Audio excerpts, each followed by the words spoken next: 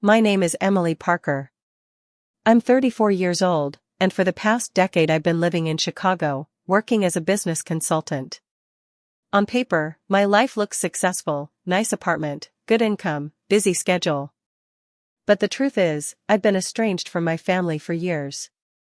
We stopped seeing each other, we stopped calling, and eventually, it felt like we weren't family anymore. So imagine my shock when one evening, I looked down at my phone and saw a notification from the family group chat. It was my younger brother Ryan. He had written, "Mom's turning 65 this Saturday. We're all meeting at Westwood Grill at 7. Everyone must be there. Family only. Family only." Those words cut deep. Because for years, they had treated me like I wasn't family. I scrolled through the messages.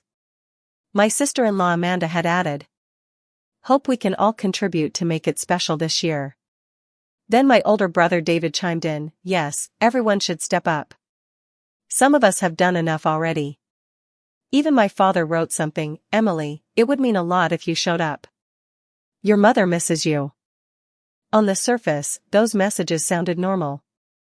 But I knew better. I could feel the subtext. If you care, you'll come. And if you come, you'll pay. I poured myself a glass of wine that night and stared at the city lights outside my apartment window. I thought about all the years I had stayed away, the birthdays, the holidays, the dinners.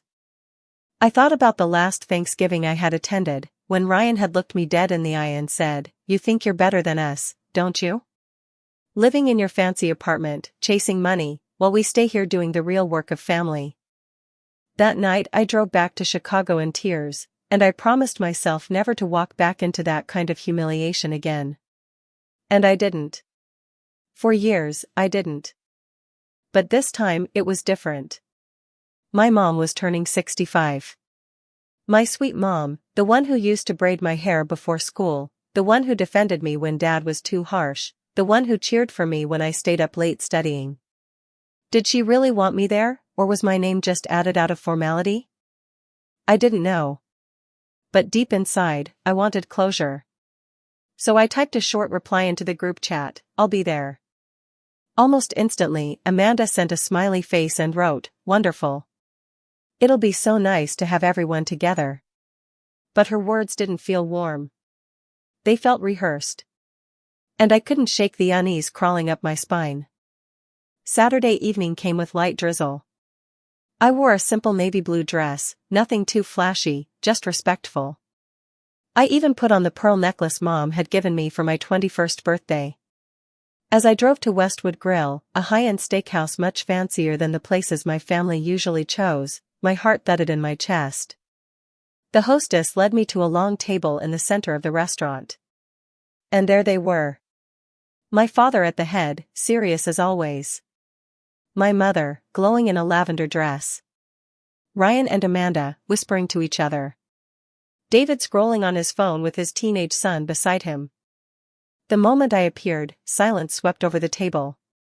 For a second, nobody moved. Then Mom stood up with tears in her eyes. "Emily," she cried, hugging me tight. "I'm so glad you came." The others clapped politely. Ryan muttered, "Look who finally made time." Amanda gave me a tight smile. I forced a smile back and whispered, "Happy birthday, Mom." I sat at the only empty seat, far end of the table, opposite my father. The table was already crowded with appetizers and drinks. And that's when I noticed something odd. There were no menus. As the night went on, the digs began, disguised as casual conversation. "So, Emily," David said, spearing a shrimp cocktail, "still working those long hours? Don't you ever get tired of chasing money?" Ryan added, "Yeah, some of us chose family life instead of the rat race." I smiled tightly. I enjoy what I do. It's fulfilling. Amanda leaned closer, her voice dripping with sugar. "Well, I'm sure tonight is a nice break for you. You deserve it. After all, this place is a little pricey for us." She laughed, but her eyes told another story. I noticed how my father avoided looking at me, how my brothers exchanged quick glances, how Amanda angled the wine list away from me. My stomach tightened. Something was off. By the time entrees arrived, steaks, lobster tails, bottles of wine, I felt like I was watching a performance. Everyone else knew their lines. I was the only one who didn't. Finally, after dessert was ordered, Ryan lifted his glass. To Mom, he said proudly. To family, and to being together again after so long. They all clinked glasses. I lifted mine slowly. And then, it happened. The waiter approached, carrying a sleek black folder. Without a word, he placed it right in front of me. The entire table fell silent. My pulse spiked. I hadn't asked for the check. Why was it handed to me? My brothers stared into their glasses. Amanda's lips curled in a smug smile. My father cleared his throat but said nothing. And in that heavy, loaded silence, I realized the truth. This night had never been about family. It had been a setup. The black folder sat in front of me like a silent accusation. I hadn't touched it yet, but I could feel the weight of every pair of eyes around the table. My chest tightened. The clinking of glasses, the chatter of the restaurant, the faint music in the background, none of it reached me anymore. All I could hear was the pounding of my own heart. I looked up slowly. Ryan shifted in his chair, pretending to sip his drink. David coughed and turned his eyes away. Amanda was the only one smiling, that smug, knowing smile, as if the scene unfolding was exactly what she had hoped for. I finally placed my hand on the folder and opened it. The number nearly made me gasp. $2,478.60. The bill wasn't just large, it was extravagant. Steaks, lobster, bottles of wine, cocktails, desserts, all piled onto one slip of paper. I knew instantly what had happened. They had ordered freely, recklessly, with no thought of the cost. Because in their minds, the cost wasn't theirs to bear. It was mine. I closed the folder slowly, my face calm though my hands trembled under the table. So, I said softly, almost $2,500. Nobody answered. I leaned back in my chair. Interesting how the waiter brought it straight to me. Did one of you request that? Silence. Amanda chuckled lightly, breaking the tension. Oh, Emily, don't make it sound so dramatic. You know you're the successful one. It just makes sense. Besides, isn't this what family does? We take care of each other? I turned to her, locking eyes. Funny. Because I don't remember anyone taking care of me when I needed it. Not one call. Not one visit. But now I'm supposed to take care of all of you. Ryan finally spoke, his voice sharp. Come on, Emily. You make more money than all of us combined. It's just dinner. Why act like it's such a big deal? I felt my jaw tighten. Because it's not just dinner, Ryan. It's the principle.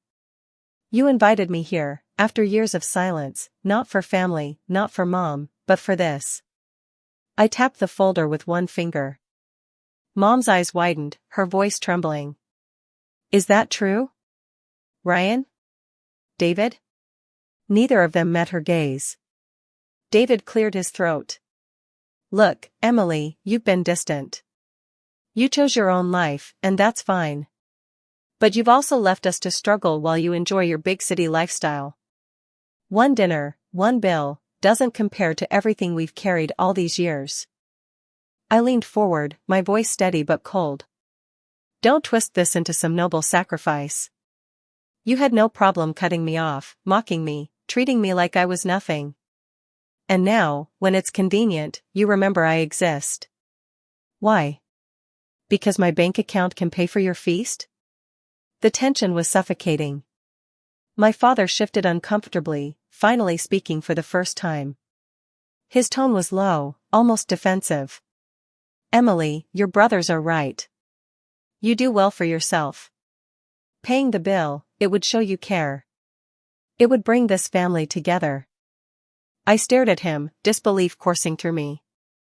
Bring this family together? By buying my way back in? Is that what family means to you? Mom's hand reached for mine across the table. Emily, sweetheart, you don't have to. But Amanda cut her off with a laugh. Oh, come on. Stop pretending this is unfair. You probably spend this much on a new pair of shoes. My blood boiled, but I didn't raise my voice. Instead, I smiled, a calm, deliberate smile. You know what, Amanda? You're right. I can afford this. Easily.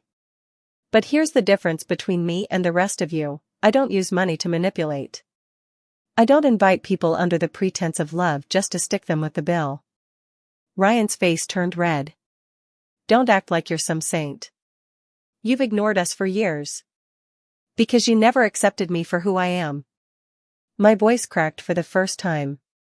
Every time I came home, you made me feel small. Less than. And tonight was no different. You didn't want me here as a sister, you wanted me here as a wallet. The table went dead silent. Even the clatter of dishes from other tables seemed far away. I pushed the folder back to the center of the table. Here's what's going to happen. I'll pay for Mom's meal, hers alone. Because she's the only one at this table who actually wanted me here. The rest of you? I looked each of them in the eye. You pay for yourselves. Gasps erupted. Ryan slammed his glass down. You can't be serious. I'm more serious than I've ever been. David's voice rose. This is humiliating. Do you want to embarrass us in public? I shot back, no. You did that yourselves the moment you turned this dinner into a trap. Amanda sneered. Wow. Cold-hearted as always. But before I could respond, Mom spoke up, her voice firm and unshakable. Enough. I won't let you do this to her. Everyone turned to her in shock. Mom rarely raised her voice, but now it carried authority. Emily came tonight out of love. And all of you turned it into a scheme. If she hadn't stood up for herself, you would have happily let her carry the weight. That's not family. That's greed. Ryan stammered, Mom, we just... No, she cut him off sharply. Not another word. She turned to me, her eyes softening. Emily, thank you for being here. I don't care about the bill. I care about you. Emotion swelled in my chest. For the first time all evening, I felt like someone truly saw me. I nodded slowly. Then I'll do exactly what I said. I'll cover your meal, Mom. Nothing more. The waiter returned, sensing the tension. I handed him my card and quietly told him to charge only for my mother's order. The rest of the bill I slid back across the table. The silence that followed was deafening. My brothers looked furious. Amanda looked like she'd swallowed a lemon. My father shook his head, muttering under his breath. But Mom, she smiled at me, tears glistening in her eyes. And in that moment, I knew I had made the right choice. The waiter returned with my card, and I slipped it back into my purse without saying a word. The tension around the table was so thick it felt like the air itself had turned heavy. No one touched their drinks. No one spoke. Finally, Ryan leaned forward, his voice low but full of anger. You've really changed, Emily. You think you're teaching us some lesson? All you're doing is proving you don't belong here. I looked at him steadily. Maybe you're right. Maybe I don't belong here. Not at a table where love is measured in dollars. Not at a table where family means manipulation. Amanda scoffed, her voice dripping with sarcasm. Listen to her. Always the victim, always so dramatic. This is why nobody wanted you around. I didn't rise to her bait. Instead, I turned to my father. And you? You were supposed to protect me. Guide me. Instead, you sat here tonight and let this happen. You wanted me to buy my way back into this family. That hurts more than anything Ryan or David ever said. He couldn't meet my eyes. He looked down at the table, silent. Mom reached across again, her hand warm against mine. Emily, you don't need to explain. I know your heart. Her words gave me strength. I stood slowly, pushing my chair back. The scrape of wood against the floor echoed louder than I expected. I came here tonight because I thought maybe things had changed. I thought maybe we could start again.